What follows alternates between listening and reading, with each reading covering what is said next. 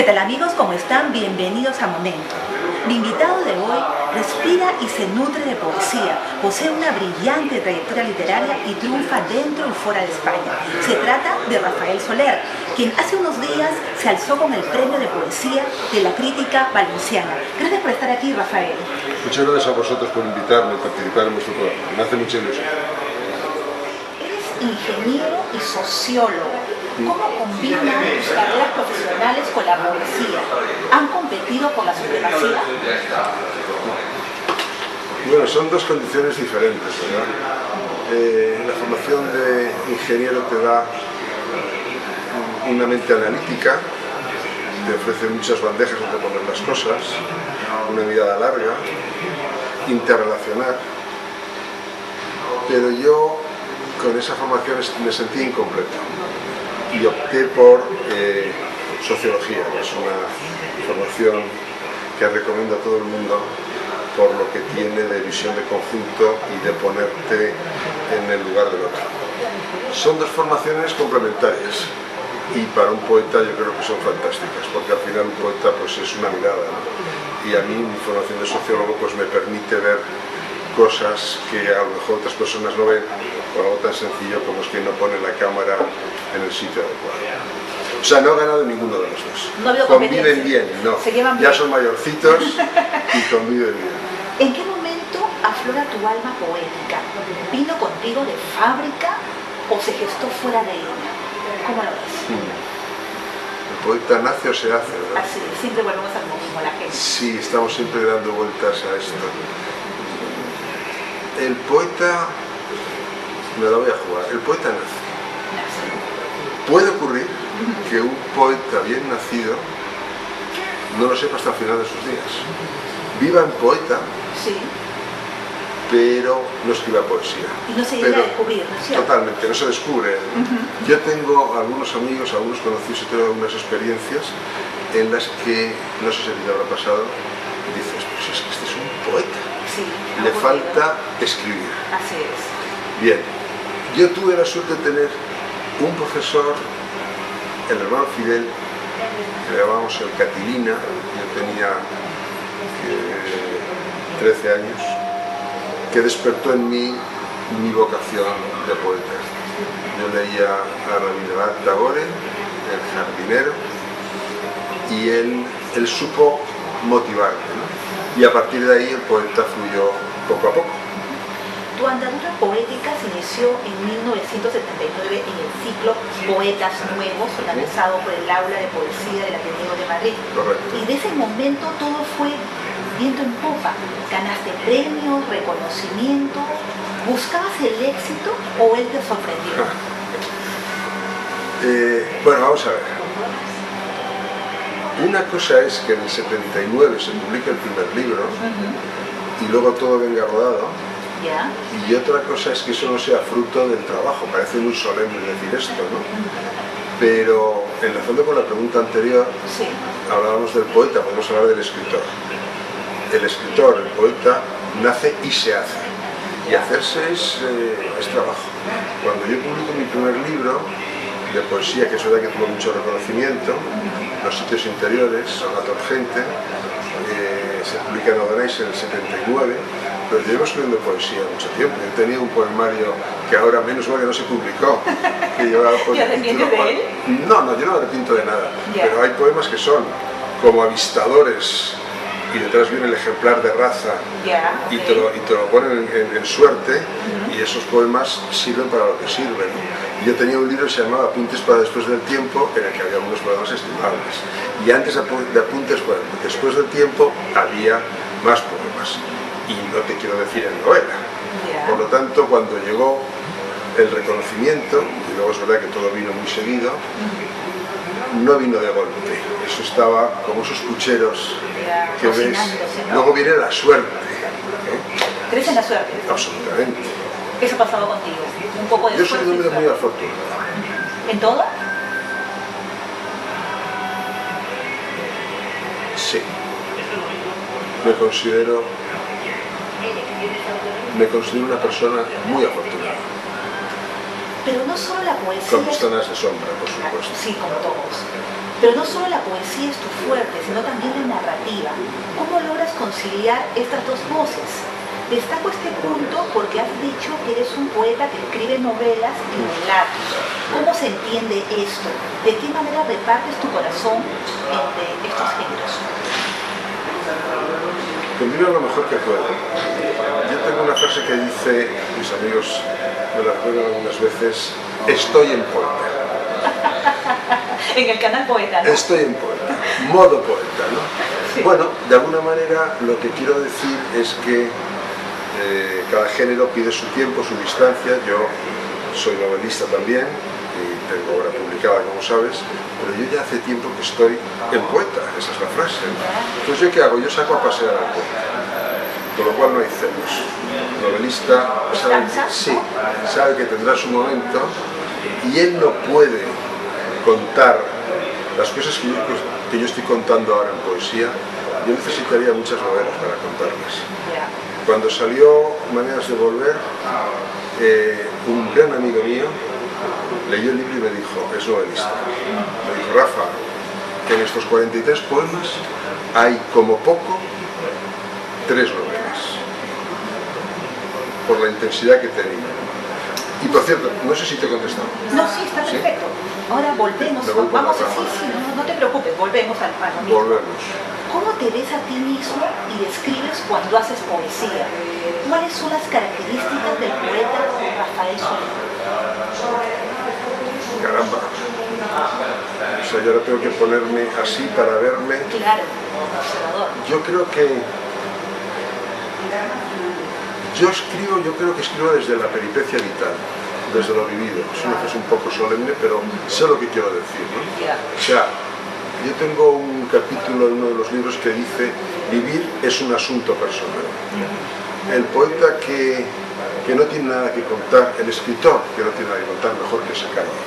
Yo creo que yo escribo desde la experiencia vital y desde el impulso ético, y fundamentalmente. Yo me reconozco así, ahí estoy cómodo. Escribo de lo vivido y procuro siempre que esa experiencia, esas conclusiones, no sean mirarte el ombligo, sino que estén contadas de manera que a ti te conciernan, que tú te sientas reconocida ahí, que esto te haya pasado o te pueda pasar y te quedes con alguno de los versos o con alguno de los poemas. ¿Qué buscas y encuentras en la poesía? ¿Cómo es vivir con ella? Yo no busco, encuentro. ¿Encuentras? Y muchas veces encuentro lo que no busco ni sabía que estaba buscando. O sea, por ejemplo, ¿qué situación más terrible cuando te dicen, Rafa, la semana que viene hay un homenaje a la paz? Escríbenos un poema. A ver, creo que escribí un poema para la semana que viene sobre la paz. Yo no estoy ahí. Yo invoco, no sé lo que viene, y cuando la poesía llega me sopla al oído versos que, si son buenos, yo luego cuando los leo me sorprendo. Yo me froto las manos, digo, esto es muy bueno, pero esto es mío. Por lo tanto, no siempre, hombre, es verdad que tú tienes inquietudes que van en una dirección o en otra, ¿no? Pero a partir de ahí tienes que dejarte llevar. ¿Esto quiere decir que no puedes escribir por encargo? Yo no. Tienes que sentirlo, tienes que haberlo vivido. Absolutamente. Hay poetas que si lo hacen tienen mi respeto. Yo puedo hacerlo, pero yo no me reconozco tanto ahí como en un estado de ánimo, en una reflexión, y a partir de ahí que todo fluya, porque a lo mejor el mismo poema te lleva a un sitio que no esperabas. Y ahí está el caladero, ahí está lo que realmente tienes que contar. Tu poesía es muy particular. Sí. ¿Qué importancia tiene para ti el fondo y la forma en tu creación? ¿En cuál de ellas pones mayor atención? Yo creo que la forma no tiene que distraer al lector. En novela pasa lo mismo. Cuando una novela tiene alardes de estilo, el lector se da cuenta enseguida, el lector no es tonto. No juegues conmigo, hablamos en novela, cuéntame tu historia. En poesía es algo parecido. O sea, no hay que oscurecer, no hay que esforzarse. Las cosas tienen que fluir solas. En ese sentido, a mí me interesa el fondo, naturalmente. Aunque yo soy muy cuidadoso con la forma. Yo tallo mucho los versos. Y en cuanto a tu narrativa, ¿cómo te enfrentas a ella? ¿Qué te exige? ¿En narrativa? Sí. Muchísimo tiempo. Sobre todo tiempo. Muchísimo tiempo. Una novela requiere tiempo, es un borrador, es encontrar la historia. Una novela yo creo que es tener un personaje potente, a ser posible femenino. A mí se me dan mejor las mujeres. Estoy hablando de lo que estoy hablando. Literatura. Estoy hablando de literatura. Sí. Un buen personaje, una idea central, una premisa, ¿no? Los celos, la codicia, la traición. Y a partir de ahí, una anécdota que no es una anécdota, un punto, la almendra central de la historia. Yo lo que quiero contar es el porqué de este crimen. Y luego a partir de ahí, con humildad, si tienes eso, escribir. Hasta que cojas el tono, que es lo más difícil. Son como los trenes que van chun, chun, chun, chun, chun. Ya van a 120, ya han cogido su velocidad. Una novela, cuando tú encuentras bien el tono, puedes escribirla entera en poco tiempo. Lo difícil es encontrar el tono. ¿De qué fuentes has bebido para desarrollar tu labor literaria? ¿Lo tuyo fue un aprendizaje autodidacta o tuviste maestros? No. Si por maestros te refieres a talleres de escritura, este tipo de cosas, sí. No, soy autodidacta. Yo creo que un escritor, por definición, es un lector, que ocasionalmente escribe. Hay del escritor que no lea, o que lea poco. O sea, el escritor es un lector, que además escribe. Yo, tanto en poesía como en novela, pues fui un lector precoz, leí muchísimo muy joven, la biblioteca de mi padre, un libro tras otro. Leí, por cierto, en la cama, tapándome con una linterna. Sí, esto es así. Yo todos los años pedía un libro por Reyes, nunca me lo traía. No me traía. Un año me regalaron la Odisea, un libro así pequeñito, sí. pero yo, sin embargo, leí muchísimo. Y luego tuve una etapa en la que leí menos, sí. Pasa siempre, y bueno. ¿Un escritor debe despojarse de todo ropaje a la hora de escribir? ¿Hasta qué punto es necesario desnudar el alma? Pues mira, en poesía es curioso, hay grandes poetas que esconden el alma. Y son tan buenos que casi no se nota, que están escondidos. Esto de que el poeta es un fingidor es cierto, ¿no? En mi caso concreto, yo en los últimos libros que he publicado, me lo han dicho en alguna ocasión, es como si, claro, pues yo siempre busco, oye, esto está muy bien porque te hace pensar sobre ti mismo, esto no es nada. Estamos un poco filosofando, claro, ¿no? Si me pongo solemne. Sí, imagínate. No, pero ahora se me ha ido el tema.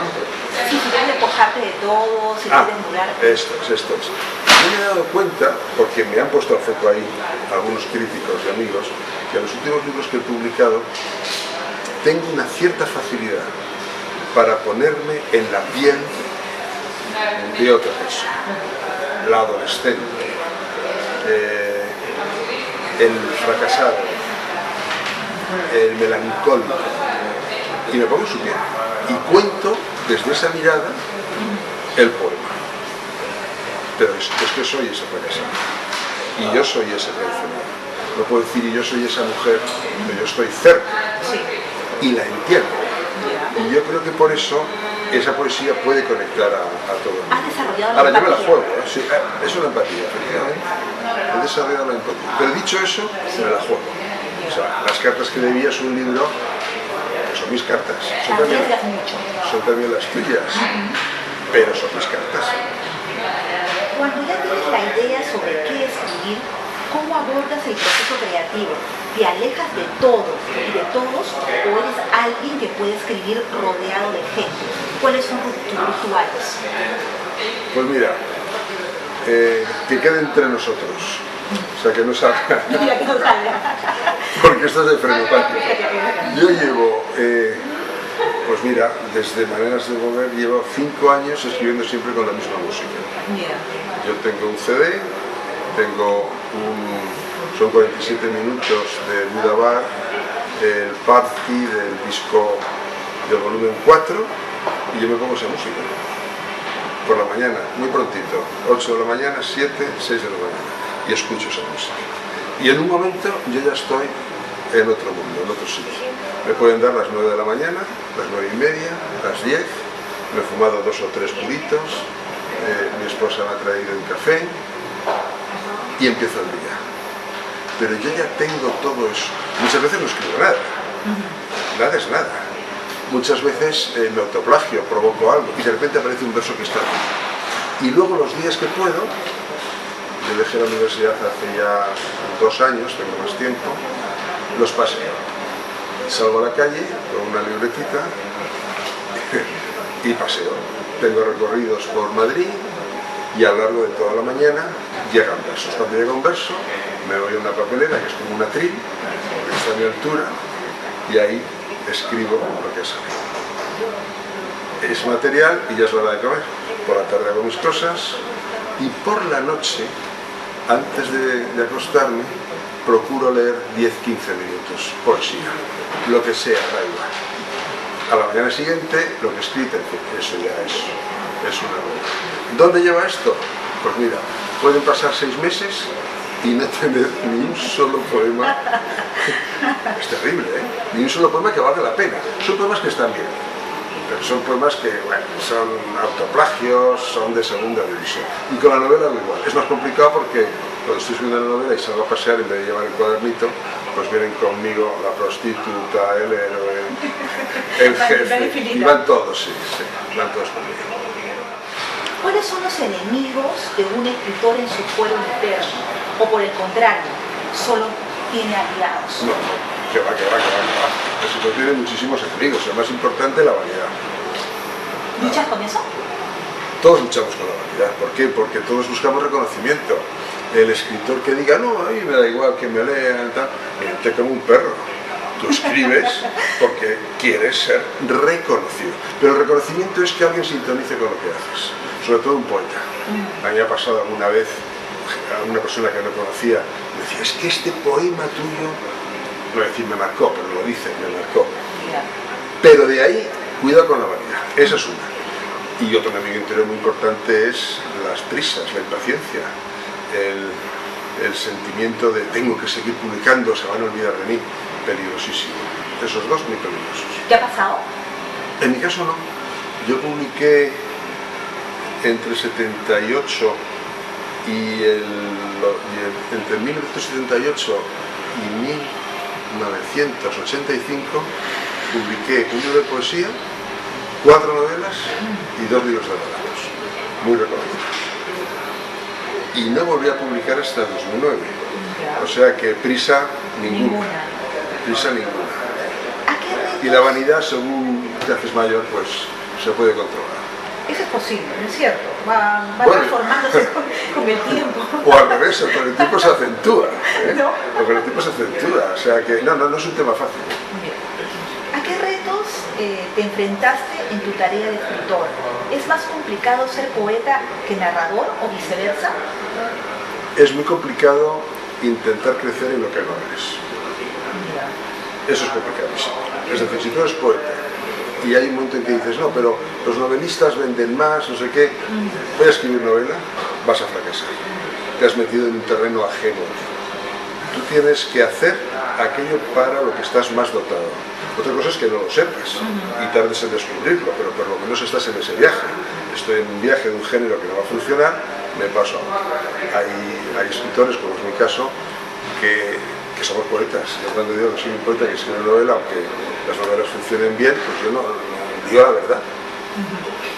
Antes de escribir un libro, ¿te planteas un objetivo? ¿Hay una intención previa? Qué bueno. Pues mira, en poesía, no.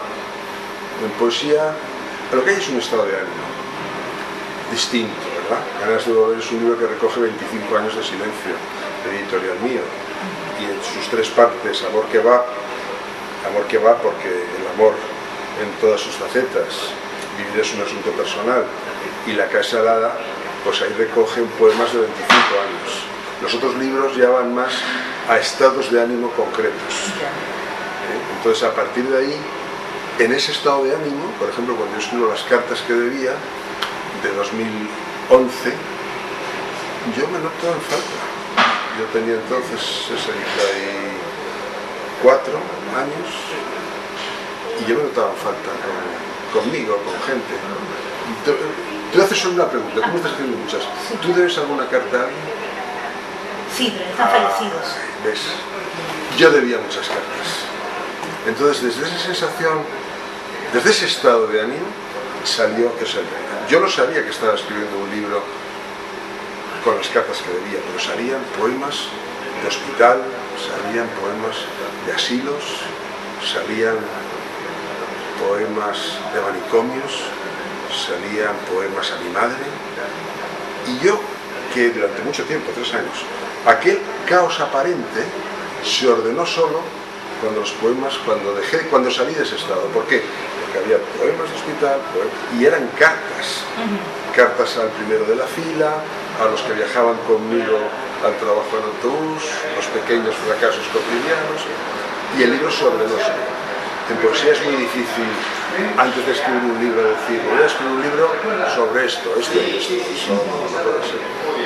¿Crees tener una misión precisa como poeta o narrador? ¿Con qué o con quiénes está comprometida tu labor literaria? Conmigo mismo lo primero. El escritor se debe a dar, o sea, el gran compromiso del escritor es dar lo mejor que lleva dentro. Porque además, cuidado, ¿hay algún escritor que viva en permanente estado de gracia? Hay algún escritor que, hombre, hemos tenido casos verdaderamente, no voy a citarlos, ¿no? Pero sí es verdad que hay algunos escritores que prácticamente todo lo que hacían continúan, pero no es la habitual. Por lo tanto, el verdadero compromiso que tiene el escritor, yo creo que tiene 2 compromisos. Uno, por decoro, no miras el ombligo, no me cuentes tu vida, no me cuentes tus pequeñas miserias, ten algo de grandeza. Y yo creo que eso es importante. Y a partir de ahí tú tienes que dar lo mejor de ti. Porque si estás escribiendo bien, no pierdas el tiempo comiendo, yendo de vacaciones, escribe. Eso te va a durar lo que te da. Y ahí da lo mejor. Y cuando creas que has dado lo mejor, más exigencia y juégate. No repitas recursos ya conocidos, trata de innovar. Y ese es el compromiso. Y luego a partir de ahí son los lectores los que ponen las cosas en su sitio. El mejor antólogo es el tiempo. ¿Qué va a quedar dentro de 10 años en todo esto? Pero muy pocos. ¿Qué va a quedar? ¿Qué va a quedar? No va a quedar prácticamente nada. Por lo tanto, vive en el día dando lo mejor de ti. Has representado a España en encuentros y festivales poéticos celebrados en Europa, Latinoamérica y Asia. Correcto. ¿Cómo asumes esa labor de embajador de tu país? ¿Qué te aporta en lo personal y profesional? Bueno, hombre, embajador de mi país, o sea, yo voy en representación de España y a veces vienen otros compañeros, ¿no? Pero son encuentros fantásticos, porque son, ahora precisamente hay uno en Italia en estos días, un encuentro de poetas en el que te invitan por tu condición de poeta, con otros compañeros, con miradas distintas y países distintos, y no necesariamente en tu misma lengua. Puede haber nepalí, ingleses, alemanes, hay traducción. Yo creo que no se puede pensar en un regalo mayor. O sea, es una semana. Se supone que vas a leer 2 días, pero es que a lo largo de todo el día, salvo cuando estás dormido, estás recibiendo cosas. Que te sientas a tomar una cerveza con un compañero, un chaval danés de 25 años, y te das cuenta, por lo que lees, traducido al inglés, por ejemplo, que es un poetazo. Y puedes hablar con él. Y te reconoces en él y dices, bueno, yo cuando tenía esa edad. Por lo tanto, aporta muchísimo. Es verdad que hay también una componente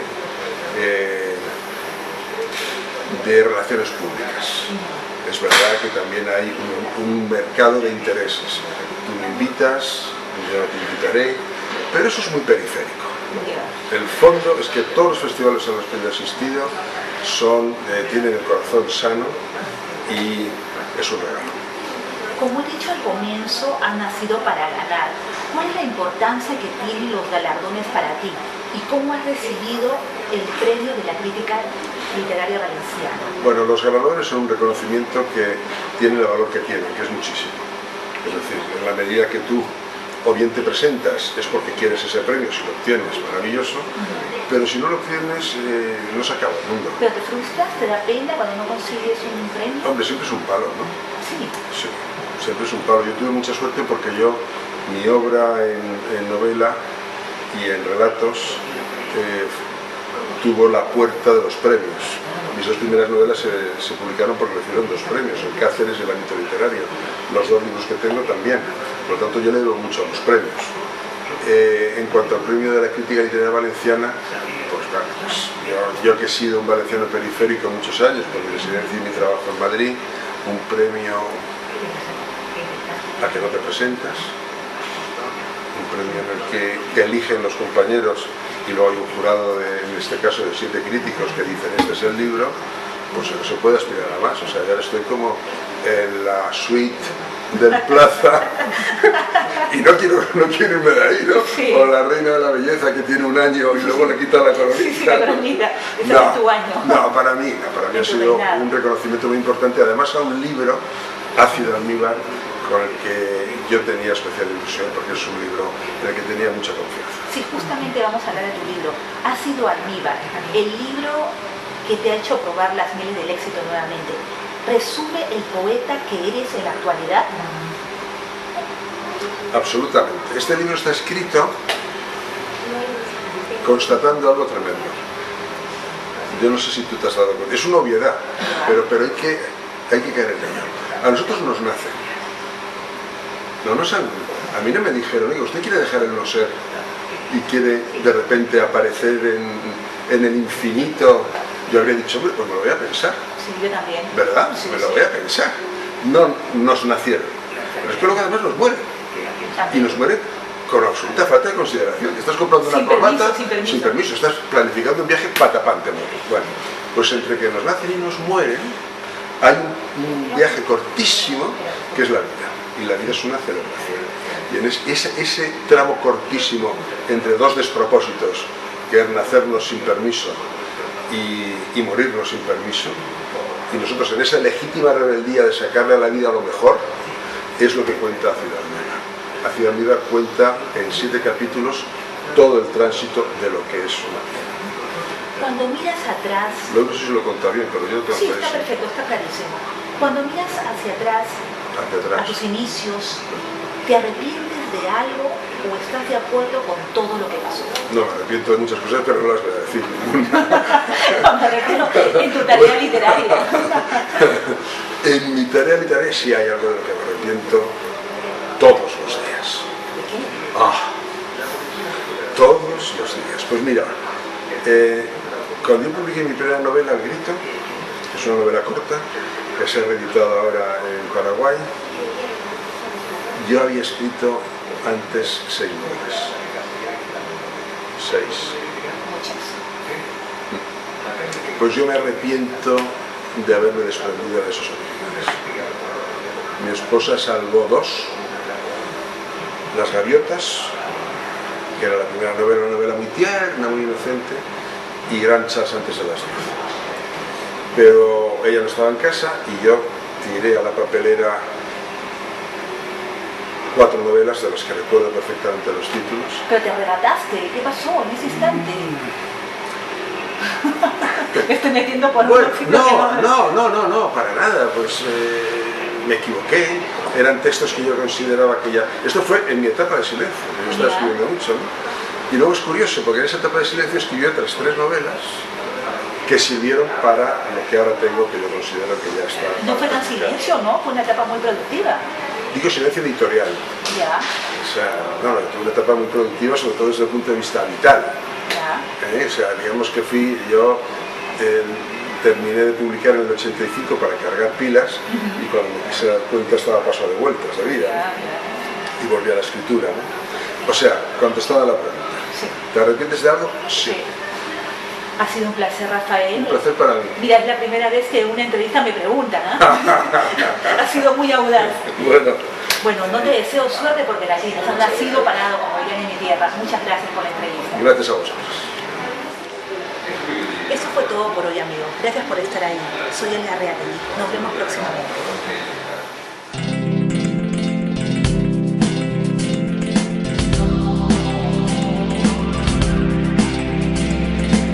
Si alguien te dice que existen verdades eternas, hombres infalibles,